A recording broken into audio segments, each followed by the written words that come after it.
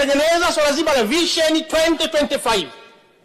Tuhakikishe tunakuja na program ya part-time employment kwa vijana wetu, ambayo hii tutaweka katika kategori mbili, wale wa diploma na wale wa degree.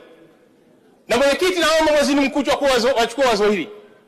Kila mwaka tuchukue vijana 50,000 wale wa diploma, tuweke angalau allowance ya kulipa shilingi 500,000, na wale wa degree tuwalipe shilingi 700,000, ambao wapate contract za miaka 3. Hesabu hiyo ukichukua, wa diploma tuchukue wastani wa 20%, 80% wa degree na kuendelea, ambao kwa vijana 50,000, maana yake tutahitaji vijana 10,000 kwa mwaka na vijana 40,000 kutengeneza idadi ya vijana 50,000, ambao mahesabu yake calculation katika hilo ni sawa na shilingi bilioni 396.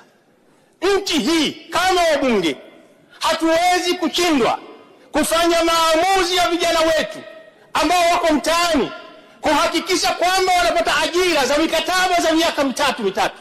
Vijana hawa wataweza tuweze kuwa groom vizuri, ambao wataweza kupata maarifa ya kazi, na tutaondoa frustration kwa vijana. Na kipaumbele, Mheshimiwa Waziri Mkuu akilizia, endapo jambo hili litaridhia, tutaanza na vijana wale wa bodaboda ambao graduates wako mtaani, lakini vijana wengine walimu wanaojitolea katika vyuo vyetu, manesi na madaktari. Sasa hivi tunafanya uwekezaji mkubwa katika miundombinu ya afya na elimu, lakini na sekta zingine. Hili litatusaidia sana kuhakikisha vijana wetu wanapata ajira, na mpango huo wale ambao watapata ajira watakuwa wanaondoka, tunaroli vijana wengine.